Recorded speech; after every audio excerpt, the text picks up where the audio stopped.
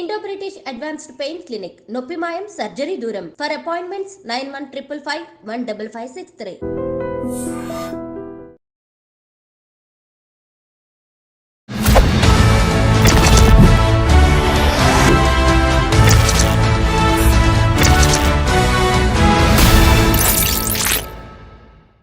అందరికీ నమస్కారం. నేను Swaroopa Potlapalli. Welcome to I dream. ఈ ఏడాది జనవరి 13వ తేదీ నుంచి ఫిబ్రవరి 26వ తేదీ వరకు ఉత్తరప్రదేశ్ లోని ప్రయాగ్రాజ్ లో జరుగుతున్న మహా కుంభమేళాకు ఎంతో విశిష్టత ఉంది. ఎంతో మంది ఎక్కడెక్కడి నుంచో, చివరికి విదేశీయులు కూడా ఈ మహా కుంభమేళాలో స్నానమాచరించడానికి రాబోతున్నారు. ముఖ్యంగా ముక్కోటి దేవతలు ఇక్కడ స్నానమాచరించి తమ దివ్య శక్తిని మరింతగా పెంపొందించుకుంటూ ఉంటారు. ఇక్కడ ఉన్న త్రివేణి సంగమానికి ఇంకా ఎంతో విశిష్టతలు ఉన్నాయి. అయితే ఈ కుంభమేళాలో స్నానమాచరించడానికి ఏ రోజు వెళ్ళాలి, ఎప్పుడు ఎలాంటి పూజలు చేయాలి, అయితే అక్కడ ఉండే స్వామీజీలను, పండితులను, పూజారులను ఎవరిని నమ్మాలి, ఎలాంటి పూజలు చేయించుకుంటే ఎలాంటి ఫలితాలు వస్తాయి, వారికి ఎంత డబ్బు రూపేణా మనం చెల్లించవచ్చు, ఇలా అలాగే ఇంకొక వైపు ఇక్కడికి వస్తున్న వాళ్ళు ఎలాంటి జాగ్రత్తలు తీసుకోవాలి, ఎన్ని రోజులు ఉండాలి, ఇలా అనేక విషయాల మీద మనకు వివరణ అందించడానికి వారణాసి నుంచి అఘోరా శక్తిపీఠం వ్యవస్థాపకులు వైఎస్ బాలకృష్ణ గారు జూమ్ లో ఇంటర్వ్యూలో నాతో పాటు రెడీగా ఉన్నారు. ఆయనతో మాట్లాడి అనేక విషయాలు తెలుసుకుందాం. నమస్తే బాలకృష్ణ గారు. చెప్పండి అమ్మా. అయితే ఇప్పుడు 45 రోజుల పాటు మహాకుంభమేళా జరగబోతోంది. ఎంతో మంది ఎన్నో రకాలుగా దీనికి సంబంధించి ప్లాన్స్ వేసుకున్నారు. అయితే ఎప్పుడు అక్కడికి వస్తే మంచిది అంటారు భక్తులు? ఏ రోజుల్లో స్నానం ఆచరిస్తే ఎలాంటి పుణ్యం వస్తుంది? ఆ రోజుల విశిష్టత కూడా తెలియజేయండి. జనవరి 13వ తారీఖు 2025 నుంచి మొదలమ్మా కుంభమేళా.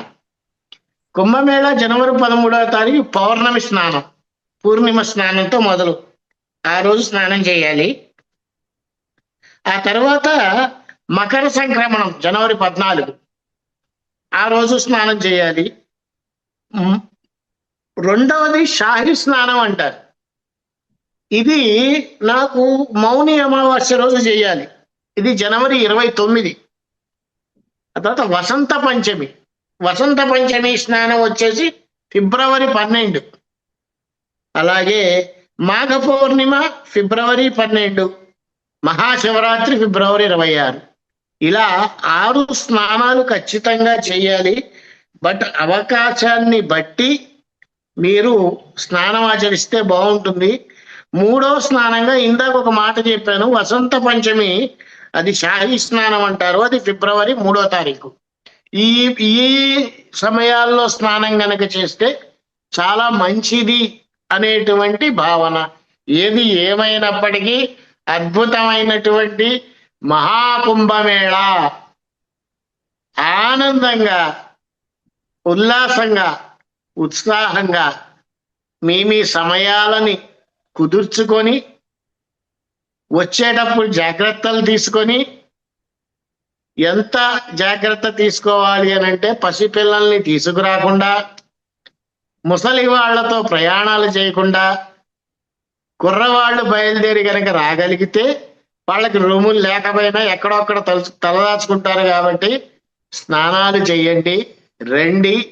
మీకు ఉన్నటువంటి పాపాలు పోతాయని నేను చెప్పను, పుణ్యం వస్తుంది అని కూడా నేను చెప్పను. కానీ మనలో ఉన్నటువంటి నెగిటివిటీ పూర్తిగా పోయి పాజిటివ్తో బాడీ మొత్తం నిండిపోయి మనం ఏ పని చేసినా కానీ ఆటంకం కలగకుండా వాళ్ళ పనులు ముందుకు సాగిపోతూ ఉంటాయి. మహాకుంభమేళా జరగబోతోంది. మీరు వారణాసి అఘోరా శక్తిపీఠం వ్యవస్థాపకులు. అసలు అఘోరాలు అనే వాళ్ళు ఎలా ఉంటారు, వాళ్ళ వ్యవహార శైలి కావచ్చు, వాళ్ళ జీవన విధానం, ఇవన్నీ మీకు తెలుసు. అయితే ఇప్పుడు జరగబోయే కుంభమేళాలో అఘోరాలు రాబోతున్నారు, మీరేమంటారు దీని మీద? అసలు కుంభమేళా అంటే ఏంటి? కుంభము అంటే సంస్కృతిలో కలశం అని అర్థం. మేళన అంటే కలయిక. అంటే సముద్ర మథనం జరిగినప్పుడు అమృత బిందువులు చింది 4 ప్రదేశాల్లో పడ్డాయి. ప్రయాగ, ఉజ్జయిని, హరిద్వారు, నాసిక్. ఈ 4 ప్రదేశాల్లో పడ్డటువంటి అప్పుడు కుంభమేళా వస్తుంది. ఈ కుంభమేళాలో మనం ఏం చేయాలి? మేళన అంటే కలయిక. అసలు కుంభమేళాకి ఈ కలయికకి సంబంధం ఏంటి? పెద్ద పెద్ద వాళ్ళు, స్వామీజీ లాంటి వాళ్ళు కానీ, పీఠాధిపతులు లాంటి వాళ్ళు కానీ మన ఇంటికి వస్తున్నా, లేదు ఒక మందిరానికి వస్తున్నా పూర్ణ కుంభ స్వాగతం పలుకుతారు. అంటే అమృత బిందువులు కలిసినటువంటి పూర్ణ కుంభ స్వాగతం కలుపుతారని అర్థం, ఇస్తారు అని అర్థం. అలాగే ఈ కుంభమేళాలో ఒంటికాల మీద నుంచి తపస్సు చేసుకునేవాళ్ళు, ఒక చెయ్యి ఎత్తి తపస్సు చేసుకునేవాళ్ళు, చిన్నతనంలోనే నాలికని శివుడికి అర్పించేసి ఆహారం లేకుండా ఇప్పటికీ తపస్సు చేస్తున్న వాళ్ళు, ఇంకొంతమంది నది చుట్టూతో తిరిగి తపస్సు చేసేవాళ్ళు, కొంతమంది ముళ్ళ మీద పడుకొని తపస్సు చేసేవాళ్ళు, ఎందరో మహానుభావులు, అందరికీ వందనాలు. వీళ్ళందరినీ కూడా మనం ఖచ్చితంగా ఈ కుంభమేళాలో చూస్తాం. ముక్కోటి దేవతలు కూడా వచ్చి స్నానం ఆచరించేటువంటిది ఈ కుంభమేళ. సాధువులు, నాగ సాధువులు, అఘోరాలు, ఇలా ఎందరో, అందరూ కూడా ఆ కుంభ స్నానాన్ని చేసి వాళ్ళ శక్తిని పెంచుకుంటారు. అందులో ఎప్పుడో ఒకసారి వచ్చే ఈ కుంభమేళ అంతమంది సాధువులు, అంతమంది యోగులు వీళ్ళందరూ కలుస్తారు కాబట్టి దానికి మేళన అనేటువంటిది వచ్చింది. అందరూ ఒక చోట సమావేశం అవుతారు. అంతటి అద్భుత ఘట్టం ఈ కుంభమేళ. ఇకపోతే అఘోరాలు, మీరు ఇందాక ఒక మాట అన్నారు, శ్రీనివాస్ అనే అతను కుంభమేళాకు వస్తాడా రాడా? అతను వచ్చినా పెద్ద పట్టించుకునే వాళ్ళు లేరు, రాకపోయినా పట్టించుకునే వాళ్ళు లేరు. అతను వచ్చిన రకమైన పెద్ద సంబంధము లేదు. వాటి గురించి కాస్త పక్కన పెట్టేయండి. ఈ కుంభమేళ, ఈ అఘోరాలు, అసలు అఘోర ఎలా అవుతారు? అఘోర అవ్వాలంటే ఏం చేయాలి? అసలు అఘోర అవ్వాలంటే ఎవరిని సంప్రదించాలి? మనకి ఉదాహరణగా చెప్పాలంటే అద్భుతమైనటువంటి వ్యక్తి వాల్మీకి. తను రామాయణాన్ని రచించాడు. అంతకు ముందెవరు? ఒక దొంగ. వాల్మీకి అనేటువంటి అతను ఒక దొంగ. అందరినీ తంతు, డబ్బులు సంపాదిస్తూ, చంపి, తింటూ ఇలా జీవనాన్ని సాగిస్తూ ఉంటే వాడి అదృష్టవశాత్తు సప్త ఋషులు వాడికి ఎదురుకుండా పడి, ఈ వాల్మీకి అనేటువంటి బోయవాడు వాళ్ళని చూడంగానే ఒక విధమైనటువంటి వైబ్రేషన్ కలిగి వాళ్ళు కూడా ఇంకొక మంత్రాన్ని శ్రీరామ అని చెప్తే ఆ మంత్రాన్ని పట్టుకొని అద్భుతంగా తపస్సు చేస్తూ, ఎంత ఘోరమైన తపస్సు! తను వాన పడుతున్నా, ఎండ పడుతున్నా, చీమలు పుట్టినా, పుట్టలు పెట్టినా అకుంఠిత దీక్షతో తపస్సు చేసి, వాల్మీకము అంటే పుట్ట కాబట్టి పుట్టలో నుంచి వచ్చిన వాడు వాల్మీకి అయ్యాడు అని మనం చెప్తాం రాసి ఉన్న కథనం ప్రకారం. అలాగే మనకి దీక్ష తీసుకోవాలి అన్న తపన కలిగినప్పుడు నిజమైన అఘోర తనకి తానుగానే మన దగ్గరికి వస్తాడు. వచ్చి ముందర పరీక్ష పెడతాడు. ఎటువంటి పరీక్ష అంటే చెప్పలేము. ఒంటికాల మీద నుంచో అంటాడు, ఆయన వెళ్ళిపోతాడు, వీడు నుంచుంటాడు. 24 గంటలు గడుస్తుంది, అయినా రాడు. చివరికి విసిగెత్తి ఈయన నిజంగా అఘోరానా కాదా అని వీడు వెళ్ళిపోయాడు అనుకోండి, వీడి కర్మ.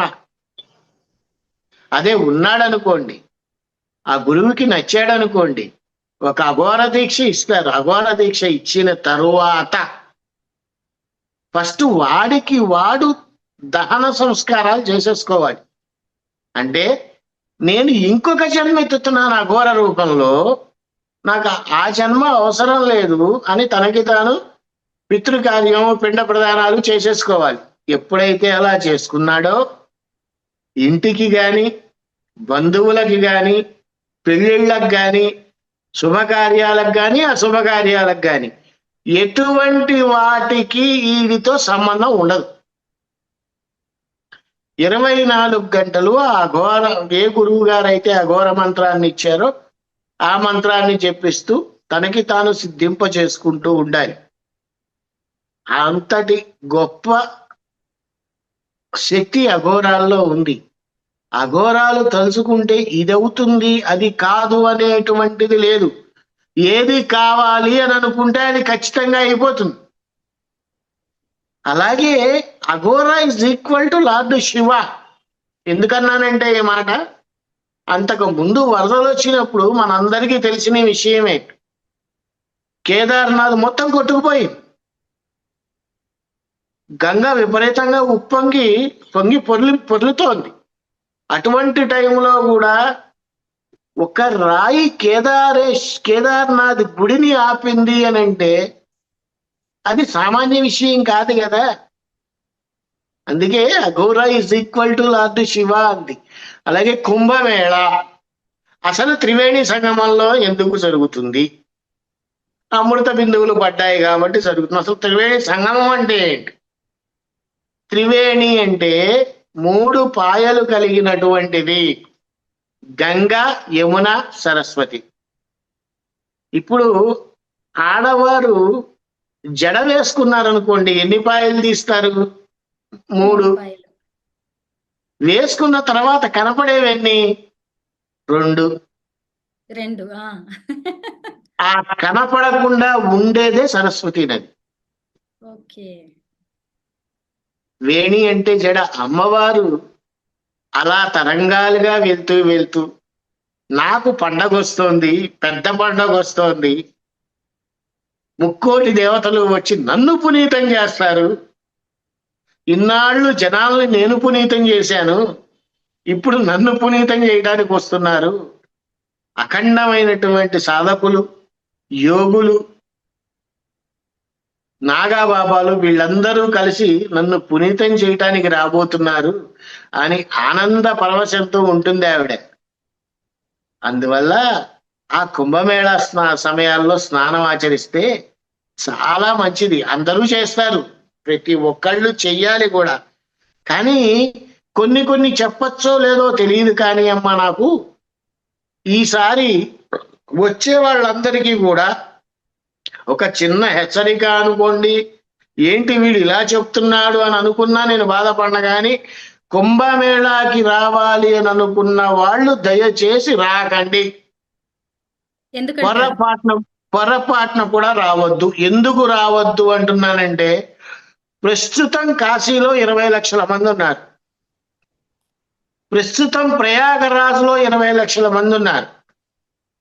13వ తారీఖు నుంచి వచ్చే నెల 26వ తారీఖు దాకా దాదాపుగా 10-15 కోట్ల మంది వచ్చేటువంటి అవకాశం చాలా ఎక్కువగా ఉంది. అందులో డౌటే లేదు. 45 రోజుల పాటు జరుగుతున్న ఈ మహాకుంభమేళాకి దాదాపు 40 కోట్ల మంది రాబోతున్నట్టుగా ఇప్పుడైతే ఒక అంచనా ఉంది. దాన్ని బట్టి చూస్తే ఇప్పుడు మీరు ముందుగానే హెచ్చరికలు చేస్తున్నారు, కానీ జనం వీటన్నిటిని పట్టించుకోరు కదా. మీ అందరికీ తెలిసిందే. జనాలు మీరు ఎన్ని చెప్పినా వినరు. ఇక్కడ విచిత్రం ఏంటంటేనమ్మా, నేను ప్రాక్టికల్ గా చెప్తున్నా. ప్రాక్టికల్ గా రావద్దు అని మనం చెప్పలేం, గానీ వచ్చేవారు ఎలాంటి జాగ్రత్తలు తీసుకోవాలో చెప్పండి. మీరు ఏ జాగ్రత్తలు తీసుకోలేరు, నేను అదే చెప్తున్నాను. అందుకనే ఏ జాగ్రత్తలు మీరు తీసుకోలేరు. ఫస్ట్ మీరు రూమ్ ఎత్తుక్కోవాలి అంటే 1000 రూపాయలు రూమ్ 9000, 10,000 ఇస్తున్నారు. ఎంత డబ్బని ఖర్చు పెడతారు? ప్లస్ 9,000 కాదు 10,000 పెట్టినా కానీ రూములు దొరకట్లా. అది కూడా 24 గంటలకు మించి ఇవ్వటల్లా. ఇప్పుడు రాకుండా జనవరి 25 తర్వాత రండి, వస్తే కాస్త ఫ్రీ అవుతుంది. ఆ టైంలో వచ్చి స్నానం చేయండి, తప్పు లేదు. నేను మొట్టమొదటి రోజే మునిగేస్తాను, ఉన్న పాపం మొత్తం పోగొట్టుకోవాలి, మళ్ళీ రేపటి నుంచి ఫ్రెష్గా పాపాలు మొదలు పెట్టాలి అనుకుంటే సర్వే జన సుఖినో భవంతు అని అనుకోవాలి. ఎందుకంటే ఎలాంటి ప్రమాదము కూడా జరగకుండా చూసుకోవాల్సిన బాధ్యత మనలోనూ ఉంది, ప్రభుత్వం వారి మీద ఉంది. చాలా మటుకు ఏదైనా జరిగితే ఏంటి అనే క్వశ్చన్స్ వస్తున్నాయి. నిన్న కూడా నాకు అలహాబాద్ నుంచి ఒక మీడియా పేరు చెప్పాలండి, మీడియా సంస్థ వారు, అలహాబాద్ నుంచి కాదు సారీ హైదరాబాద్ నుంచి ఒక ప్రముఖ మీడియా సంస్థ వారు నాకు ఫోన్ చేసి లెటర్స్ కూడా పంపించారు పర్మిషన్స్ కి. నేను ఆ లెటర్ ఫార్వర్డ్ చేస్తే అక్కడి నుంచి గవర్నమెంట్ ఆఫీసర్స్ నుంచి వచ్చినటువంటి నాకు సమాధానం ఏంటంటే, రిస్క్ ఎందుకు గురూజీ, వద్దని చెప్పండి, లైవ్ చూపించేసుకోమనండి, లైవ్ ఇస్తారు కదా చాలా మంది అని చెప్పారు. ఆ ఛానల్ పేరు చెప్పడం కూడా నాకు బాగోదు, అందుకని ఆ ఉద్దేశంతోనే నేను ఛానల్ పేరు చెప్పడం లేదు మీకు. చాలా పెద్ద ఛానల్ అది. కాకపోతే ఏంటంటేనమ్మా, చేసే పని కరెక్ట్ గా చేస్తే, ఆలోచించి చేస్తే ఇబ్బందులు జరగకుండా ఉంటాయి. ఇబ్బందులతో వచ్చి ఇబ్బంది పడటం కన్నా కూడా అందులో మెయిన్ ఏంటంటే, ఏ ఎండాకాలమో అయితే పర్వాలా, చలికాలం స్వెట్టర్ లేకుండా బయటికి రాలేం, స్వెట్టర్ కాదు జర్కిన్ లేకుండా రాలేం. అంత చలిలో వణుకుతూ స్నానాలు చేసి పిల్లల్ని వేసుకొని పిల్లల్ని గంగలో ముంచి వాళ్ళకి జలుబులు జ్వరాలు దగ్గులు వచ్చి ఇలాంటి వాటికి కాస్త దూరంగా ఉంటే మంచిది. స్నానం తప్పు అని నేను ఎప్పుడు చెప్పను, రాకూడదు అని చెప్పను. 25 తర్వాత వస్తే కాస్త ఈ అఘోరాల తాకిడి కానీ నాగసాధువుల తాకిడి కానీ తగ్గుతుంది. కాబట్టి స్నానం చేయటానికి కాస్త ఉండటానికి వెసులుబాటుగా మనకి అనుకున్నటువంటి బడ్జెట్ లో రూములు దొరుకుతాయి కాబట్టి ఆ టైంలో రండి అన్న. అలాగని మేము శివరాత్రికే ఉండటానికి వస్తున్నాము అంటే ఎంత చెప్పినా వినకపోతే ఏం చేస్తామమ్మా, ఏమీ చెయ్యలేం. అది విషయం. చెప్పు తల్లి. ముక్కోటి దేవతలు స్నానం ఆచరిస్తారు ఈ మహాకుంభమేళాలో అని చెప్పారు. అయితే ముక్కోటి దేవతలే వచ్చేస్తున్నారంటే ఎంత గొప్ప విశేషమైన విశిష్టత కలిగిన ప్రాంతం ఈ త్రివేణి సంగమం అనేది మనకి అర్థమవుతూనే ఉంది కదా. అయితే మరి ఇక్కడికి వచ్చేసి సామాన్యులు మహాకుంభమేళాలో త్రివేణి సంగమంలో స్నానం ఆచరించడం వల్ల కలిగే పుణ్యం ప్రయోజనాలు ఏంటి అంటారు? అదేనమ్మా ఇందాక చెప్పాను కదా, మనకి స్నానం అన్ని చోట్ల కుంభమేళాలకు కానీ పుష్కరాలకు కానీ స్నానాలు చేస్తూ ఉంటారు. అసలు ఏం చేయాలి? కుంభమేళాకి వచ్చాం బానే ఉంది, ఏ విధంగా స్నానం చేయాలి? సంకల్ప ప్రాయశ్చిత్తాలతో కూడినటువంటి స్నానాన్ని దంపతులు చేయాలి. ఆ తర్వాత పితృకార్యాలు, పోయిన వాళ్ళకి పిండ ప్రదానం చేయటము, ఇలాంటి వాటిని ఖచ్చితంగా ఆచరించాలి. ఎందుకంటే మనం ఎంత సంపాదించినా ఎంత కష్టపడ్డా పోయిన వాళ్ళనైతే తిరిగి తీసుకురాలేము. వాళ్ళు ఇచ్చినటువంటి దాన్ని అనుభవిస్తూ కూడా వాళ్ళకి శ్రాద్ధ కర్మలు చేయకుండా చాలా మంది ఉంటున్నారు. అలా చెయ్యండి, శ్రాద్ధ కర్మలు చెయ్యండి, ఎంతో పుణ్యం వస్తుంది. ముక్కోటి దేవతలే వచ్చి కుంభమేళాలో స్నానం చేస్తున్నారు. పాపాలన్నీ పోవాలి అని త్రివేణి సంగమంలో ఉన్నటువంటి ఆ గంగా యమున సరస్వతి అమ్మవార్లు కూడా ఆ ముక్కోటి దేవతలు ఎప్పుడొచ్చి స్నానం చేస్తారా, ఆ నాగసాధువులు ఎప్పుడు స్నానం చేస్తారా, ఆ ఘోరాలు ఎప్పుడు స్నానం చేస్తారా? అంతకుముందు నేను మామూలు జనాలందరినీ పునీతం చేశాను, వీళ్ళందరూ నా కోసం నన్ను పునీతం చేయడానికి వస్తున్నారు అని చెప్పి ఆనందంగా ఉరకలేస్తూ ఉంటుంది.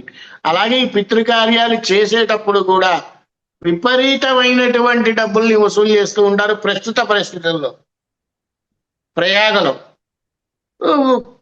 కొన్ని పేర్లు ఉన్నాయి, చెప్పకూడదు. ఇలా పవన్ కుమార్ శాస్త్రి అని ఇలా చాలా మంది ఉన్నారు. ఎవరి దగ్గరికి వెళ్ళినా సరే 500కు మించి పిండ ప్రదానానికి ఖర్చు పెట్టద్దు. అక్కడ బోటు 10,000 ఇస్తావా 20,000 ఇస్తావా అనే సిచ్యువేషన్ ఇప్పుడు. కానీ బోట్లో వెళ్లే సిచ్యువేషన్ అయితే ఉండదు ఇప్పుడు ఈ కుంభమేళాలో. దాని గురించి దిగులు పడక్కల్లా. వచ్చిన వాళ్ళు ఈ కార్యక్రమాలు చేయండి, మాఘ స్నానాలు చేయండి, శివరాత్రికి స్నానాలు చేయండి, పౌర్ణమి స్నానాలు చేయండి. కానీ ఏది చేసినా తమ జాగ్రత్తలు తీసుకొని చేయండి. లేకపోతే జరగరానిది ఏదన్నా జరిగితే తర్వాత ఏమీ చేయలేము. ఆ రేవతి గారు చనిపోయినట్టు ఎన్ని లక్షల కోట్లు ఇచ్చినా అవి రాదు. అలాగే ప్రాణం మనకి ఒక్కసారే పోతుంది, ఒక్కసారే వస్తుంది. వీటిల్ని దృష్టిలో పెట్టుకొని దయచేసి నాకు తెలిసినంత వరకు జనవరి 20 దాకా ఎవ్వరూ కూడా ప్రయాగ రావద్దు, వారణాసి కూడా రావద్దు. వారణాసిలో అస్సలు ఖాళీలు లేవమ్మా. నేను చాలా ఆశ్రమాలను అడిగాను, గురుగారు ఫిబ్రవరి 26 మార్చి 3వ తారీఖు దాకా మా దగ్గర ఖాళీలు లేవు, నిర్మోహమాటంగా చెప్పేస్తున్నారు. పైగా వచ్చే వాళ్ళకి కూడా ఒకరోజే ఇస్తున్నారు అకామిడేషన్, 2 రోజులు ఇవ్వటం లేదు. కనీసం అట్లీస్ట్ 3 రోజులన్నా ఇస్తారనుకుంటే అది కూడా ఇవ్వట్లేదు. ఇవన్నీ ఆలోచించుకొని వస్తే బాగుంటుంది. చలికాలం కాబట్టి ఇంత జాగ్రత్త చెప్పాల్సి వస్తుంది. అదే ఎండాకాలం అనుకోండి, ఆ రూమ్ దొరకలేదా పర్వాలా, గంగ దగ్గర పడుకుంటాం, గంగ మెట్ల మీద పడుకుంటాం, అమ్మవారి ఒడిలో పడుకుంటాం అని చెప్పచ్చు. ప్రస్తుతం ఇక్కడ పరిస్థితి అది కాదు. ఇప్పుడు నేను మాట్లాడుతున్నా గానీ టెంపరేచర్ నాకు 12 ఉంది ఇప్పుడు. అలాగే రాత్రిపూట టెంపరేచర్ 4, 6 అలా పడిపోతోంది. విపరీతమైన చలి. దయచేసి ఇవన్నీ దృష్టిలో పెట్టుకొని వచ్చే వాళ్ళందరూ కూడా 1కి 100 సార్లు ఆలోచించరండి. నా సలహా అయితే, నన్ను తిట్టుకున్నా పర్వాలా, దయచేసి రావద్దు.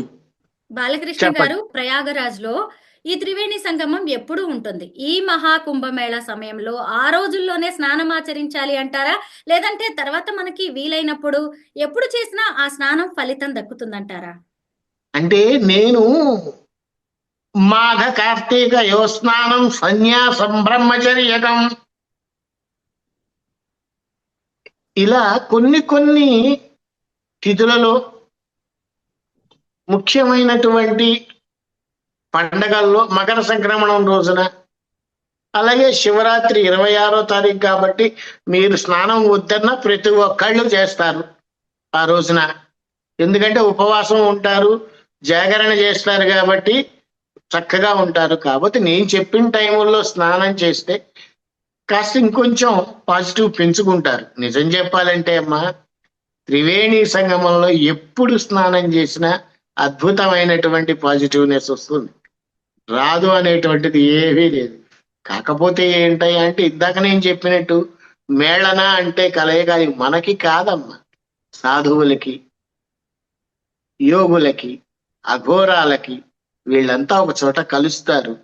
చాలా మంది స్నానాలు చేయడానికి వస్తారో రారో నాకు తెలియదు, కానీ వీళ్ళని చూడటానికి వచ్చేవాళ్ళు ఎక్కువ ఉంటారు. రష్ అనేటువంటిది అక్కడే ఎక్కువగా ఉంటుంది. అఘోరాలను చూద్దాం, ఎప్పుడు కనపడరు కదా, నాగసాధువులను చూద్దాం, వస్తున్నారు తప్పితే భక్తిగా కుంభమేళాలో స్నానం చేయడానికి వెళ్దాం అనుకునేవాళ్ళు నాకు తెలిసి 90% లేరు. ఈ మిగతా 10% అందరూ కూడా భక్తిగా స్నానం చేస్తారు, కానీ ఈ 90% పీపుల్ అఘోరాలను చూడాలి, వాళ్ళు ఎలా ఉంటారో చూడాలి, అలా ఇచ్చేసేవాళ్ళు. ఒకటి, ఇంకొకటి అంత చలిలో మునిగి స్నానం చేయటం అనేటువంటిది నాకు తెలిసి కష్టమే అవుతుంది వీళ్ళకి.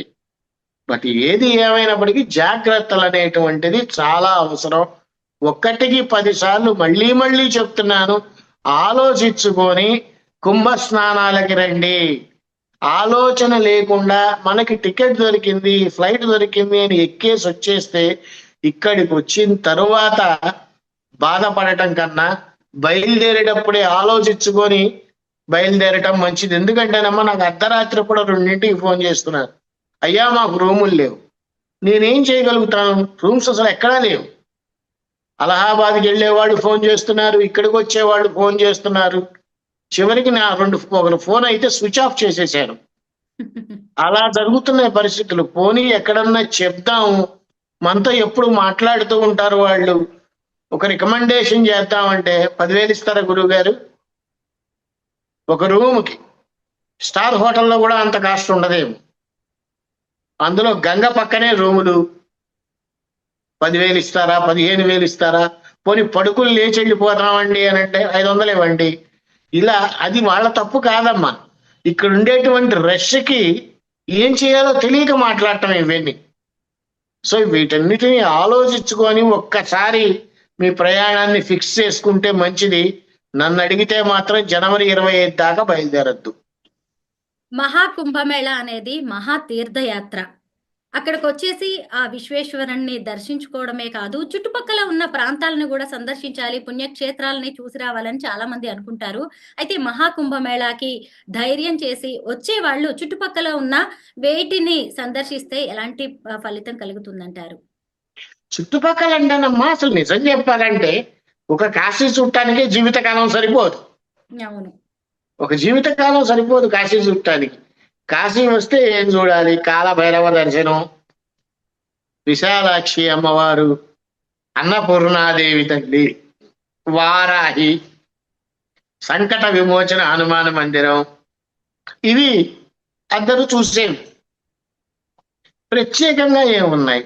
నవదుర్గలు, నవగౌరీలు, ద్వాదశ ఆదిత్యులు, చెప్పన్న గణపతులు, అష్టభైరవులు, ఇలా చెప్పుకుంటూ పోతే ఒక 1000-2000 గుళ్ళ పేర్లు చెప్తా నేను. మెయిన్ ఇంపార్టెంట్వి చెప్తున్నా. ఆ తర్వాత కాశీ చుట్టుపక్కల వింధ్యాచలం, వింధ్యవాసిని అమ్మవారు అలహాబాద్ నుంచి దగ్గరే, కాశీ నుంచి కూడా దగ్గరే. వింధ్యవాసిని అమ్మవారిని చూడొచ్చు. అయోధ్య శ్రీరామచంద్రుల వారు, ఆయన్ని చూడొచ్చు. అలహాబాదు, ప్రయాగే మాధవేశ్వరి. చాలా మందికి తెలియని విషయం ఏంటంటే ప్రయాగే మాధవేశ్వరి అనేటువంటిది ఒక శక్తిపీఠం. 100% మంది ఒరిజినల్ శక్తిపీఠాన్ని ఈ రోజు వరకు కూడా చూడాల. అలౌపి మాత అని ఒకటి ఉంటుంది అక్కడ ప్రయాగలో. అమ్మవారు బావిలో ఉంటారు. దాన్నే తీసుకెళ్లి మాధవేశ్వరి శక్తిపీఠం అని చెప్తారు. అది కాదు. ప్రయాగ నుంచి 5 కిలోమీటర్లు వెళ్తే ప్రయాగలోనే సన్న సందులో ఉంటుంది అమ్మవారు. ప్రయాగే మాధవేశ్వరి, ఆవిడ ఒరిజినల్ శక్తిపీఠం. అది చూడొచ్చు. పడుకున్నటువంటి హనుమంతుల వారు ప్రయాగలో ఉన్నారు, ఆయన్ని దర్శనం చేసుకోవచ్చు. వారణాసి త్రైలింగ స్వామి, త్రైలింగేశ్వరుడు, ఆయన్ని దర్శనం చేసుకోవచ్చు. ఘాట్స్, ముఖ్యమైన ఘాట్లు మణికర్ణిక, దశాశ్వమేధ ఘాట్, కేదార్ ఘాట్, హనుమాన్ ఘాట్, ఇలా 68 ఘాట్లు, 64 ఘాట్లు ఉన్నాయి. అన్నీ చూడొచ్చు. ఇలా లోలార్కేశ్వరుడు అంటే, లోలార్కుడు అంటే సూర్యుడు. ఆ లోలార్కు కుండంలో స్నానం చేస్తే చర్మరోగాలు పోతాయి. ఇప్పటికీ ఉంది కాశీలో. అలాగే మహామృత్యుంజయుడు అనేటువంటి మందిరంలో కాలభైరవుడికి దగ్గరగా ఉంటుంది. అక్కడ ధన్వంతరి కూపం అని ఒక బావి ఉంది. ఆ బావిలో గనక నీటిని తాగి క్యారీ చేసుకొని గనక వెళ్ళగలిగితే మనకున్నటువంటి దీర్ఘకాలిక రోగాలకి కాస్త ఉపశమనం దొరుకుతుంది. మహామృత్యుంజయ మందిరంలో ఉంది ధన్వంతరి కూపం అని. అలా ఇలా చెప్పుకుంటూ పోతే చాలా ఉన్నాయి. ప్రత్యేకంగా కాశీ శివరాత్రికి ఒక 4-5 రోజుల ముందర మీరు నాకు దయ ఉంచి ఒక జూమ్ లింక్ పంపండి. శివరాత్రి రోజు ఏం చేయాలి, శివరాత్రి రోజు ఎట్లా వెళ్ళాలి, ఎక్కడ ఏమేం జాగరణ చేయాలి, ఏమేం గుళ్ళు చూడాలి, స్పెషల్ గా శివరాత్రి రోజున ఒక ఎపిసోడ్ చేద్దాం తప్పకుండా. ఇలా చాలా ఉన్నాయి టెంపుల్స్. అలా దర్శనం చేసుకుంటూ ఉండండి. కాకపోతే ఎంత దర్శనం చేసుకోవాలనుకున్నా దర్శనానికి సమయం అయితే ఇది కాదు. 1-10 సార్లు ఇదే మాట చెప్తున్నా నేను. ఈ టైముల్లో వస్తే ఏ గుడికి వెళ్ళాలన్నా కూడా 3 కిలోమీటర్లు 4 కిలోమీటర్లు క్యూ ఉంటుంది. ఒక రోజులో దర్శనం అయితే అయ్యే పని కాదు. వారణాసిలో నిన్న మధ్యాహ్నం నుంచున్న వాళ్ళు ఈ రోజు మధ్యాహ్నానికి దర్శనం అయింది. విశ్వనాథుడి దర్శనం. అంత రష్గా ఉంది. సర్వే జనా సుఖినో భవంతు, లోకా సమస్త సుఖినో భవంతు. చెప్తండి.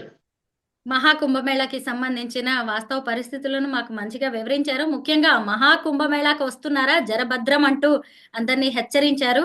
మొత్తానికి భగవంతుడికి భక్తుడికి ఉన్న అనుబంధం అందరికీ తెలిసిందే. వారి భక్తి వారిని ఎక్కడి వరకు తీసుకొస్తుందో మనం చెప్పాల్సినవి మీరు చెప్పాల్సినవి మీరు చెప్పారు. చూద్దాం. ధన్యవాదాలండి. ఎక్కడ దాకా భగవంతుడికి భక్తుడికి కాదమ్మా. అసలు మనకి చాలా మందికి తెలియంది ఏంటంటే మీకు ఇష్టమైన దేవుడి ఫోటో దగ్గరికి వెళ్ళి మీరు మాట్లాడండి, ఆయన ఎందుకు సమాధానం చెప్పడం? ఖచ్చితంగా చెప్తాడు. ఒక స్నేహితుడిగా మాట్లాడినా చెప్తాడు, ఒక తండ్రిగా మాట్లాడినా చెప్తాడు. మీరు ఎలా అడిగితే అలా చెప్తాడు ఆయన సమాధానం. అది రావాలి ముందర, ఆ భక్తి లోపల రావాలి. నేను గుళ్ళోకి వెళ్తేనే భక్తి వస్తుంది అనేటువంటిది తప్పని నేను చెప్పను, కరెక్టే. బట్ ఏంటంటే మనం మన ఫ్రెండ్తో ఎంత క్లోజ్గా మాట్లాడతామో, మనం మన తల్లితో ఎంత ఆప్యాయంగా ఉంటామో, ఎంత గొడవ చేస్తూ ఉంటామో, అదే గొడవ భగవంతుడితో చేయండి, చెప్పినట్టు వింటాడు ఆయన. బోళా శంకరుడికి ఏం కావాలమ్మా? ఓ చెమ్ము నీళ్లు పోసి శంకరా అంటే ఏమిట్రా అంటాడు. అవును. ఓహో, మనం రుద్రం చదవక్కర్లేదు, మంత్ర పుష్పాలు చదవక్కర్లేదు, ఏమి చదవక్కర్లేదు. నెత్తి మీద బెలోదళం వేసి శంకరా నువ్వు చెమ్ము నీళ్లు పోస్తే ఏంట్రా అంటాడు. అది రావాలి ముందర మనకి. ఆ భక్తిని అలవాటు చేసుకుంటారని, అలవాటు చేసుకోవాలని మనస్ఫూర్తిగా కోరుకుంటున్నాను తల్లి. ధన్యవాదాలండి. సర్వే జనా సుఖినో భవంతు, లోకా సమస్తా సుఖినో భవంతు.